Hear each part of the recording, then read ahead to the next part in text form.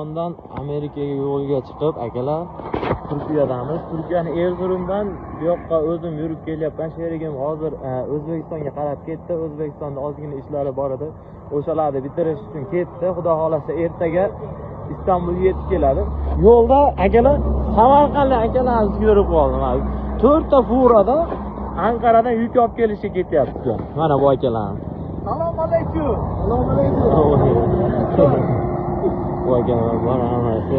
Akalar yo'llar bexatar bo'lsin, yaxshi kunlarda ko'rishaylik. Charchamasdan yaxshi kunlarda ko'rishaylik. Yaxshi kunlarda ko'rishaylik. Yo'llar ochiq bo'lsin.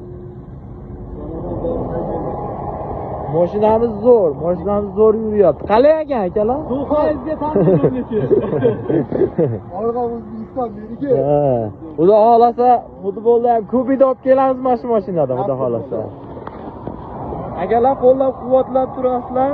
Samarqand akalarimiz bilan ozgina gaplashib o'tirib, keyin yana yo'lda davom etamiz.